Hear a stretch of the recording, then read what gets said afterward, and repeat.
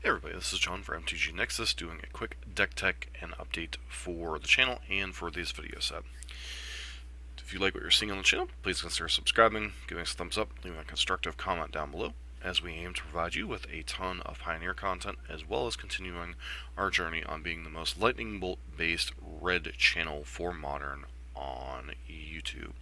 So as far as Pioneer today, we're trying something a little bit different. A lot of the Versus video series have been kind of random matchups for Pioneer so far. You know, when things were in the early going, people weren't really sure what decks were starting to pop up. I think now we're going to be a little bit more focus testing.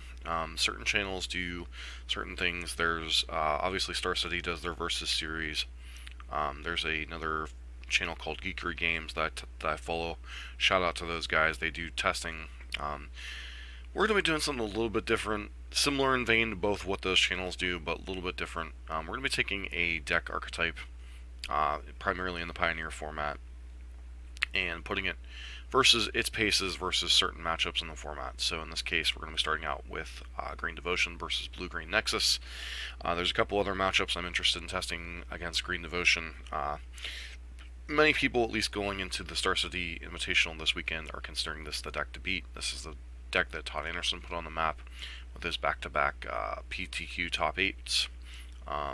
Decks had to be changed a little bit from the list. He, I believe, in his deck tech was running Hunt the Hunter. We'd already done this Versus before his updated list came out, but I chose to answer with Display of Dominance because this is the ability to, answer things like Oko and stuff, and also give your things hexproof. Not quite as powerful as Veil of Summer, but obviously Veil of Summer was a very difficult card for interactive decks to beat. Beyond that, this is the updated list that he used for his PTQ win last weekend, other than Veil of Summer being banned, or PTQ top 8 I should say. And then obviously the big thing is Once Upon a Time, still a very busted card, still in the format. And then Jadelight Ranger also helps to add consistency, along with additional copies of Vivian Arcbow Ranger, giving you access to Ulamog the Ceaseless Hunger, as well as potentially things like Questing Beast in this particular matchup where your opponent's trying to fog you out of the game. Beyond that, the main thing the deck is trying to do is leverage your 1-drop accelerators and Burning Tree Emissaries to power out things absurdly with Nykthos Shrine to Nyx. Power out turn 2, turn 3 Vivians, turn 3 Nissas, and just kind of go to town with your Mana Sinks and Voracious Hydra and Walking Ballista, as well as things like Ulamog the Ceaseless Hunger and Questing Beast out of the sideboard in certain matchups. Deck is extremely consistent, extremely powerful. Between Castle Garenbrig and Nykthos, it has 6 very busted lands for a lot of what it's trying to do. Jadelight Ranger adds consistency, Burning Tree Emissary adds explosion, Scavenging Ooze is another utility card, and along with Voracious Hydra, which allows you to either have a big boy or to fight some of your opponent's creatures. Walking Ballista allows you to clean up some of the smaller ground creatures, and then Nissa helps to observe. Helps in the non-Nykthos draws to generate a bunch of absurd amounts of mana, especially if you untap with it. Vivian, also a very powerful card, allows you to potentially deal with planeswalkers and such with your creatures. So, very powerful, very streamlined list. Todd did a very good job on what he's trying to do. And with that, don't forget to like, comment, and subscribe to the channel if you like this kind of content. And we're going to do a quick deck tech for our Nexus Reclamation, the deck that we'll be playing against today in today's matches. So this is a Blue-Green Nexus deck. Those of you that have played Standard in the last couple years are very familiar with the combination of Wilderness Reclamation, Nexus of Fate. This combination actually got banned in Best of 1 on Arena. Very powerful, very difficult thing to interact with. If basically the two primary ways to interact with it in Standard were to go under it with some type of aggressive deck, and the other method was to ferry the Time Raveler, shutting down the instant speed combination of Wilderness Reclamation, tap all your lands, untap your lands, cast Nexus of Fate, go off. The big things that this deck picks up are mainly Dig Through Time. A lot of the other cards were available to it while it was in Standard, or some more cards. Hazel Pollen has the nice utility of, while also being a slightly more expensive fog, does enable you to cycle it, and then using things like Growth Spiral to accelerate into your Wilderness Reclamations. And then the rest of the deck is basically built around getting through your deck as quickly as possible. Things like Taming or Collector of Tales allow you to find things like you're missing Wilderness Reclamation, you're missing Nexus of Fate, find you a Fog if you need to. Allows you to dig through your deck, thin your deck out. Basically, your deck becomes nothing but Nexus of Fates. You can continue cycling your Nexus of Fates while you're taking your Tamiyo up. Eventually, you take your Tamiyo down. Get a Cyclonic Rift and clear your opponent's board, and then beat them to death with either a Lumbering Falls or a Torrential Gearhulk. That's primarily the game plan. Game 1 is to try to fog your opponent out, cast a bunch of Nexus of Fates, take all the turns, and arbitrarily beat them with whatever various things you have left. Sideboard gives you a little bit more option in terms of win cons and such, answers to control decks, etc. So things like Ether Gust, obviously kind of important in a format with things like Blue-Green Stompy, or Green-Blue Stompy and Devotion, as well as the Hardened Scales deck that the Team Lotus Box team was pushing at the Star City event this weekend. Thing in the Ice, obviously important in the creature matchups. Don't want to run too many win cons in the main deck because you are an engine deck, but this does help you with the decks that are trying to go underneath you, so decks like Mono Red and such. And then obviously you need cards to fight the control matchup, as that is generally was one of the more difficult matchups for the Nexus decks. So things like Torrential Gearhulk and Narset allow you to help fight, as well as Mystical Dispute and Negates to fight things like Teferi, Time Raveler, etc. So, very powerful deck. This is a deck that many people are considering should be banned at some point. Nexus of Fate plus Wilderness Reclamation. Not a combination a lot of people like to play against. Fortunately, it is kind of a tricky deck to play a little bit, so people aren't necessarily bound to jump on it too terribly much, especially when there are other things that are possibly as powerful and a little bit easier to manage in the format. But this is a deck that did beat Todd in his first PTQ top 8, so hopefully we will get an example of how this deck can possibly be the answer to Green Devotion in the format outside of bannings. So let's get on to the matches. So just a heads up before we get into the matchup, Todd was talking about in his deck tech on the Star City event his sideboarding plan for things like Nexus. So my sideboarding wasn't correct in this matchup necessarily compared to what Todd would have done. So basically his plan was to bring in the 2 Unraveled Ethers and 2 Reclamation Sages, as well as the Questing Beasts. So when I'm talking about my sideboarding plan as to how I approach things and how he approached things, don't forget to check out his deck tech on Star City Games YouTube page, where he's talking about his deck and the deck in general, but also how he approached the matchup from sideboarding and such, because Reclamation was one of the few decks that have beat him over the past couple weeks. So let's get into the matches. I'm playing from the perspective of the Mono Green Devotion side. If you're interested in seeing things from the Reclamation side, let me know, but in the past no one's shown interest in that in the Burn versus series. If you like Modern Burn, I have a series of videos of how different matchups play out over there. There's a playlist for that if you want to check that out as well. But for now, let's get into the first of this Gauntlet series. So this hand kind of lacks a Nykthos in a second land, but this is still being able to produce 4 mana on turn 3 for a Vivian. Voracious Hydra gives you some utility, big powerful dude. Could be just playing an 8/8 on turn 3 if we have to. Scavenging Ooze could be potentially useful in this matchup, but obviously game 1 you're generally not going to know what you're up against. Opponent leads on Breeding Pool. Just go ahead and get our elves down. So, curious that the Nexus deck has had no plays on the first couple turns. They just kind of hold out things up here. We really can't play around terribly much here. So, the thing with the Devotion deck is you just kind of got to jam and make them have it. And our 2 main plays here are Voracious Hydra and Vivian Arcbow Ranger. So I decided to jam Vivian here because that also puts additional power on the battlefield. And if we happen to draw Nykthos, that's probably the more valuable card. Possibly it was correct here to get Voracious Hydra down, but our opponent had a Supreme Will, so it didn't particularly matter anyway. Once again, opponent plays nothing. Play Voracious Hydra, just because it's our only real big bomb. Get them to 8 here. So we have 11 power in play. Opponent goes Growth Spiral into Fabled Passage into Supreme Will, so they get to dig quite a bit here. Once again, opponent with Tamiyo. They took up trying to get a Nexus of Fate. Doesn't feel like the right card. Feels like they should be trying to name Wilderness Wreck there, and they would have hit there, but I send in the team here, trying to kill Tamio, trying to do damage to them. I think if I just would have straight up attacked them, they wouldn't have used a fog here, and we really want to try to get that Tamio to tick down to get the fog. So go ahead and cast a Ballista for 3 here, that way if they tick down for the fog. Opponent tries Wilderness Wreck here. They do not hit. They would have hit a Haze of Pollen if they would have named that. And then we draw Nissa here, which is an extremely nice draw. What's our opponent doing here? Dig through time. Okay. Gross Rattle, sure. So, the mistake I make here is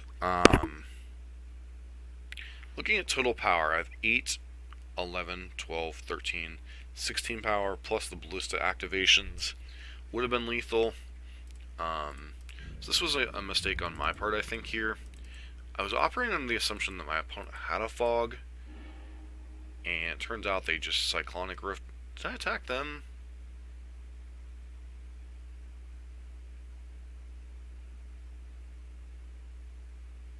Yeah, I split the attack here, which was incorrect.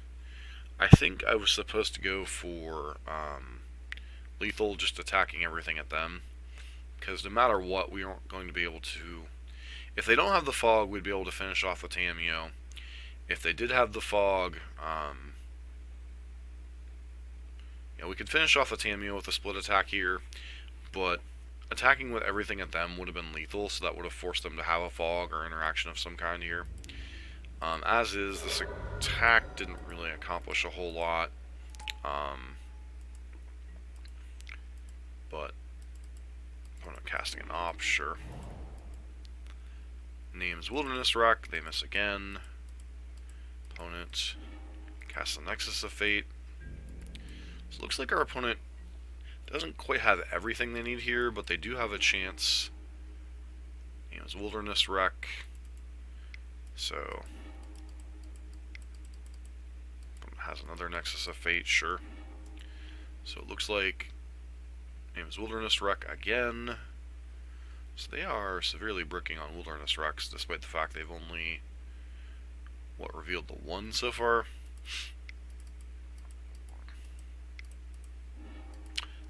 Start and cast a bunch of turns here. Finally find the Wilderness Wreck. Name's Nexus of Fate. Appears they did not hit one this time. Okay. And then they scoop. So they must not have found either a fog or a Nexus of Fate there. So, I guess the moral of the story is, even when they start going off, they don't necessarily have the guaranteed kill. So it's really, in some ways, kind of frustrating to sit here and play against them, because you never know when they're going to be able to finish going off. But obviously we had enough power in play between the Nissas. So 3, 6, 7, 8, 9, 10, 11, 12. Yeah, we just had lethal on board, so they had to scoop it up here. But the big note there was, outside of that Cyclonic Rift, we did have lethal, and it was possible that I was just supposed to get the Voracious Hydra into play earlier to threaten their life total. We got lucky that they just kind of stumbled and got a little bit unlucky with their Tamio. But we'll go ahead and cover high sideboarding, but once again keeping in mind that Todd said he'd bring in the 2 Unravels, the 2 Reclamation Sages, and the 2 Questing Beasts. And I don't know what all he would board out, but probably, I don't know, maybe the Voracious Hydras even. Not really sure what the correct sideboarding plan against Reclamation is, because they are at their heart a combo deck. They're trying to take all the turns and win with whatever arbitrary method, and in the meantime they are a fog deck, either fog or Haze of Pollen or whatever. But the deck does see a lot of cards, so anyways, on to sideboarding and game number 2. So as far as sideboarding, I decided to board in 1 copy of Questing Beast and 1 copy of Reclamation Sage, and boarded out a copy of Scavenging Ooze and was the other card we boarded out? I guess it was just one Scavenging Ooze. I brought in one Questing Beast and one Rex Sage to be able to find them naturally, and then left the others on the board for Vivian. It's possible that wasn't correct. I do have boarded out another card, correct? Scavenging Ooze. I guess I boarded out an Ooze and a Voracious Hydra, which may or may not have been correct, but this is the kind of hand that's just kind of not fair. Because you already have the Llanowar Elves and, payoff. We already have the Nykthos, so Once Upon a Time is just kind of a bonus here. Yeah, this allows us to find either another Forest, Burning Tree Emissary. Choose the Emissary from the ability to get more devotion on the board. Unfortunately, our opponent has an Ether Gust here. I decided to put that on the bottom because I don't really think there's going to be a time and a place to deploy that Llanowar Elves again. I use that opportunity to get more mana in play here. I think Voracious Hydra is the call here, just to get more devotion into play and to get a threat down as much as possible. I mean, 4/5 isn't the biggest, but it is, this is a 3-turn clock, and we do want to pressure the Nexus deck as much as possible. Opponent decides to tick up. I'm not quite sure what they named here. Which the game log would show.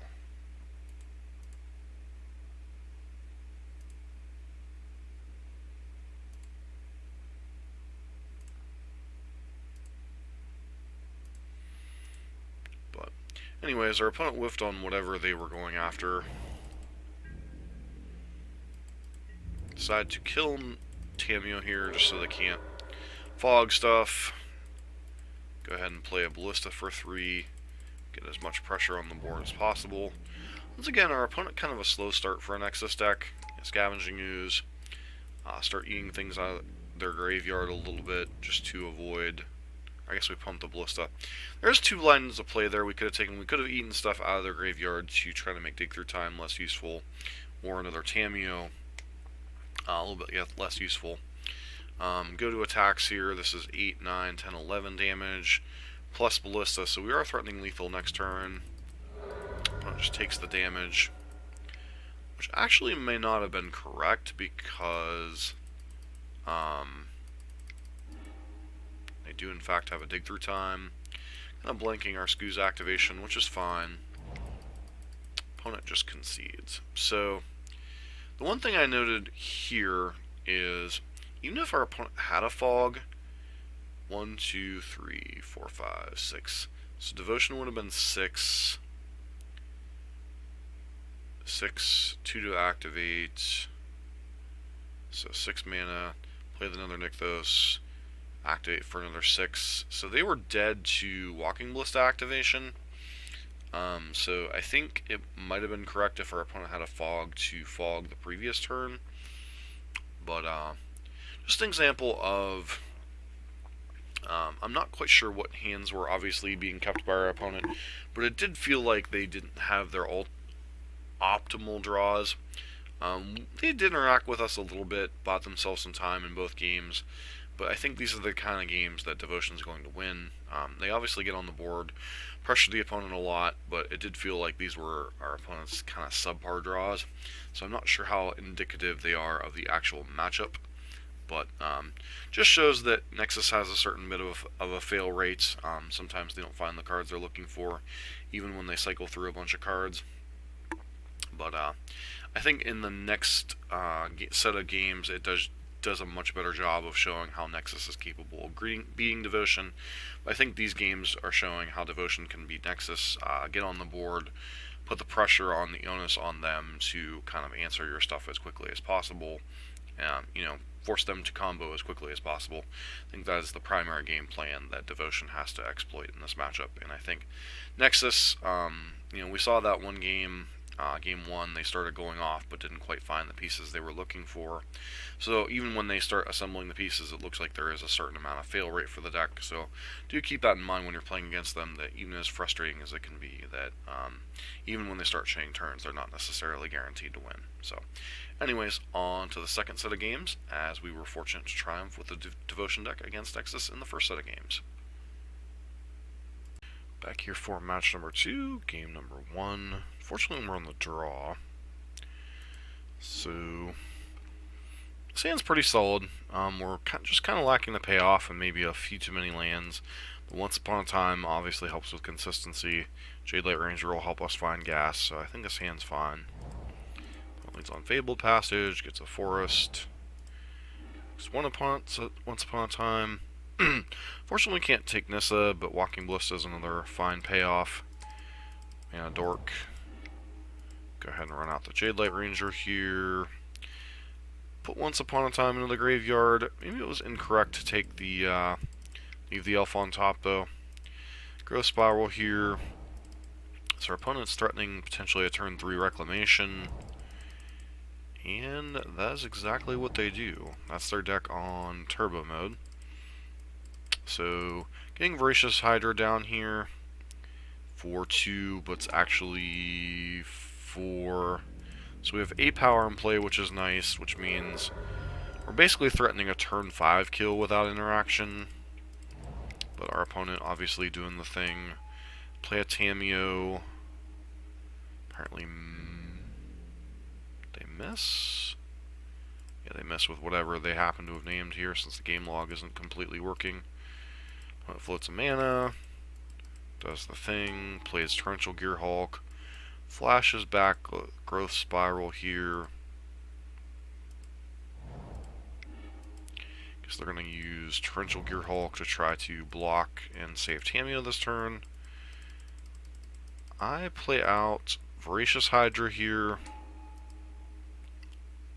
which might have been incorrect because then I end up not attacking this turn. And it's possible I should have just sacrificed one of these two to deal damage to Tamiyo and then use Ballista to finish it off, because I feel like Tamiyo is their primary engine right now, especially since they are a little bit low on cards. So I think I missed an opportunity there to potentially stop whatever our opponent had going on. They have another Wilderness Reclamation, float a bunch of mana, float more mana, casting a, looks like a Dig Through time, nope, Nexus of Fate. Now they get to start doing the thing. Cast another Nexus of Fate. They go to their end step and pass.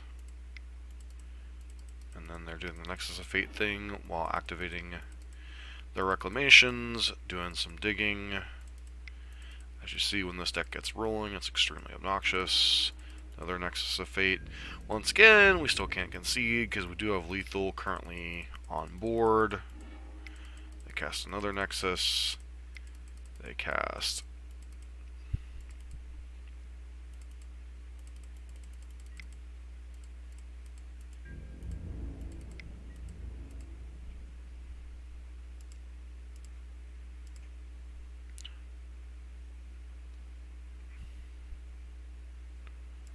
they're attacking with Torrential Gearhulk. Okay.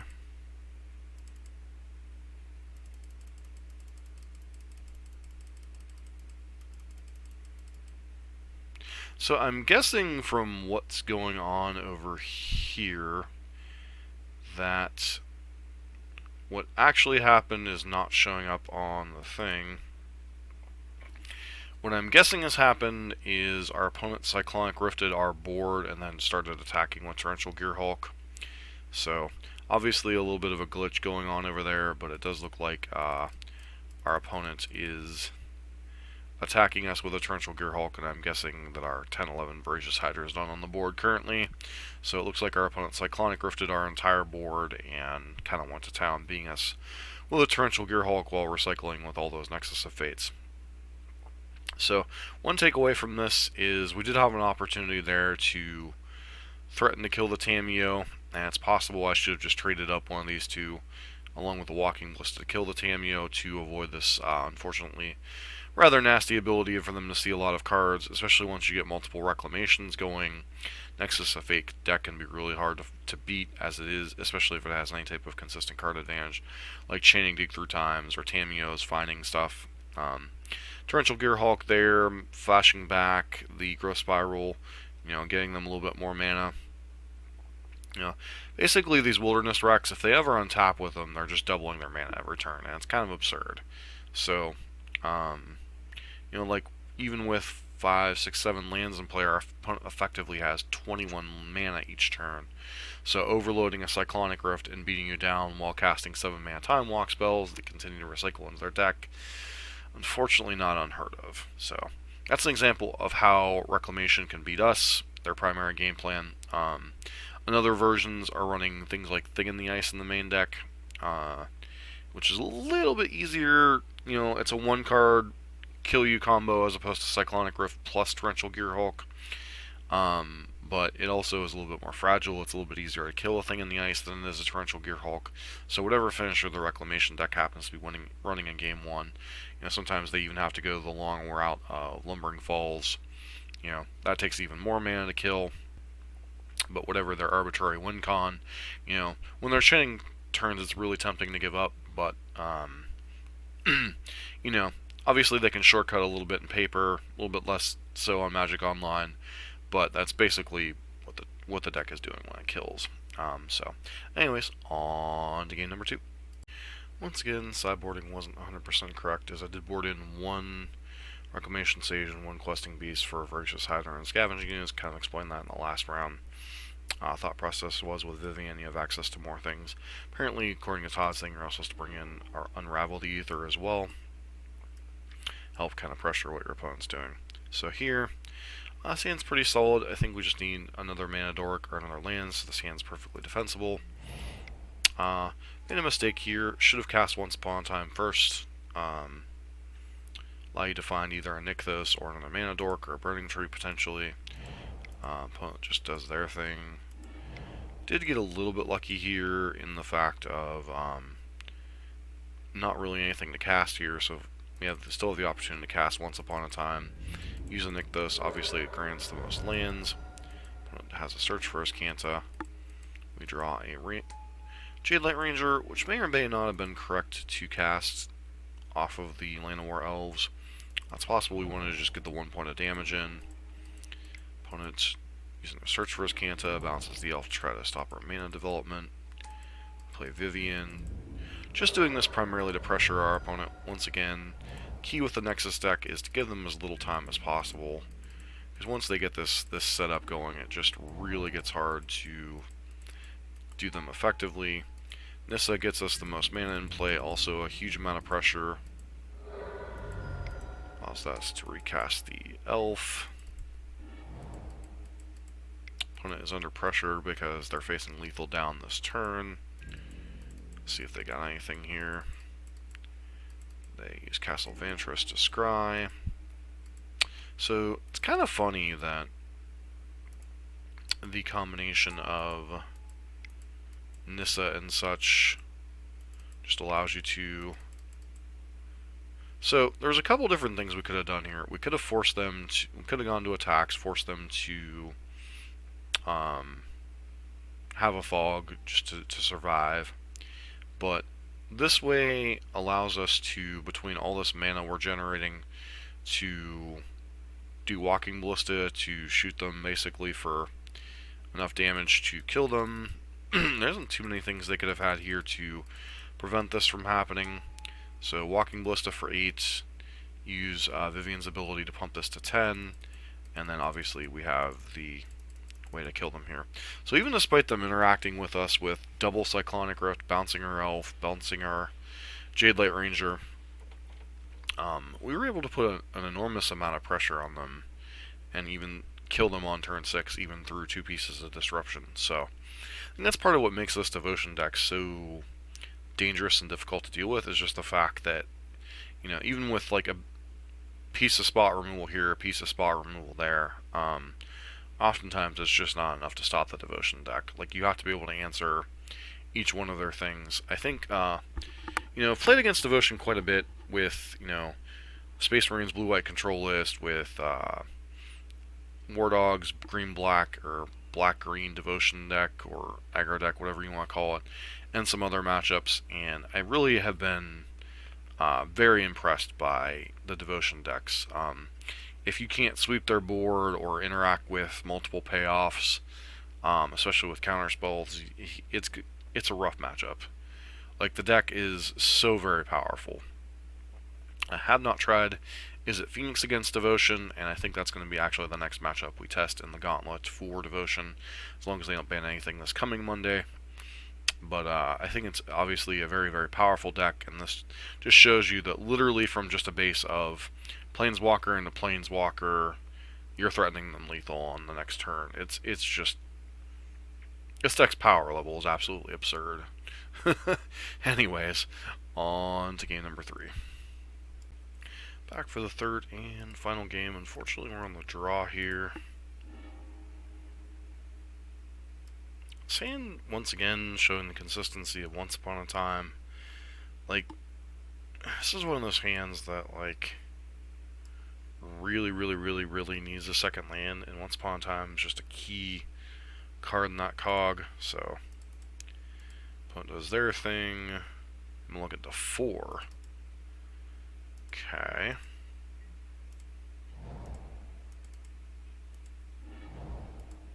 Cast Once Upon a Time. Take a forest there. Obviously, we need another land. Jadelight Ranger's there. Just kind of... They Ether Gust that. It slows us down, which is annoying. Put that to the bottom, which may have been incorrect, but I don't think... Okay. Opponent mulligan to 4 and kind of had an absurd start, but no follow-up right now, so put those in the graveyard. We obviously need to find more lands, so we just Jadelight, put a Scavenging using the R, get a forest. Opponent uses Castle of Vantress to scry. It's 2 cards on top, that's kind of scary. Find a Tamiyo, name Hazapollen, so get to keep their Tamiyo alive. There's no sense in attacking here. He has Wilderness Wreck, draws Wilderness Wreck. Play Nissa here. So we are threatening lethal at this point. Everything's going at their face, as it should. Plays Torrential Gearhulk. Dig Through Time. Okay. Cast a Dig Through Time. Gets to block here. They name Nexus of Fate. Play another Wilderness Wreck. Start floating some mana. Looks like they're going to Dig Through Time. There's a Nexus of Fate, a Supreme Will, another Wilderness Wreck. Are they? Yeah, they're about to combo us, aren't they? Scrying? Dig Through Time, sure.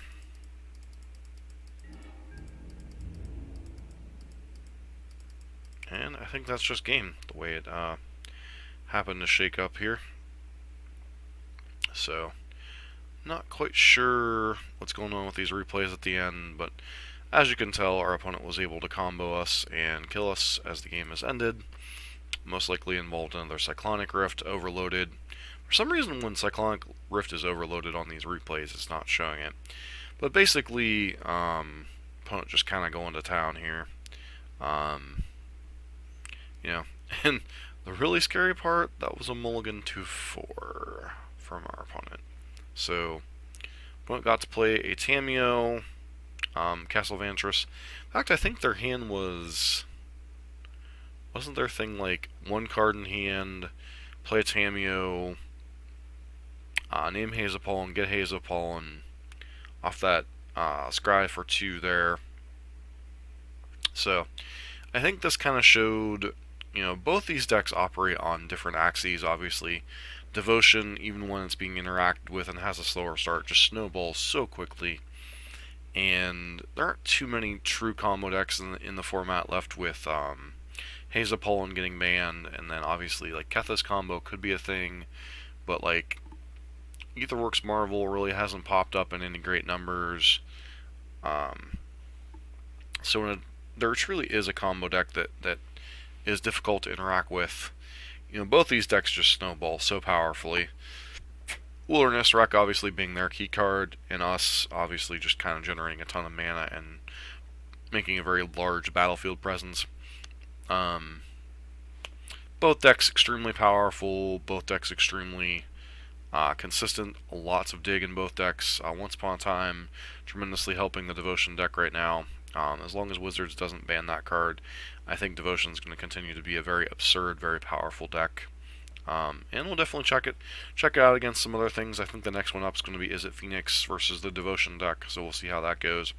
Wonder if the combination of Thing in the Ice, Quick Clocks from Marklight Phoenix is going to be enough disruption to kill, and killing Mana Dorks, if that's enough to keep Devotion in check, or if something more powerful needs to be done in the format. So, anyways, I want to thank everybody for tuning into this video. Overall thoughts on the decks.